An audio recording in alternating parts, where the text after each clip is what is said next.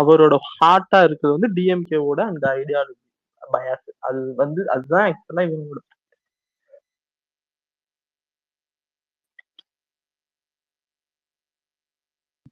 Karthi bro இப்போ 2020 coming upcoming எலெக்ஷன்ல இன்னைக்கே இவர் ஆரம்பிச்சிருவாரு. எப்படி பொசிஷன் பண்ணுவாரு அண்ணாமலை நினைக்கிறீங்க?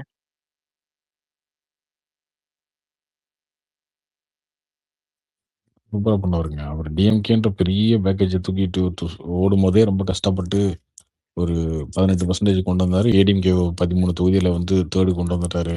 கிட்டத்தட்ட 78-80 தொகுதி கிட்ட ஏடிஎம்கே தேர்டு போக வச்சுட்டாரு சில அசம்பிளி தொகுதியில.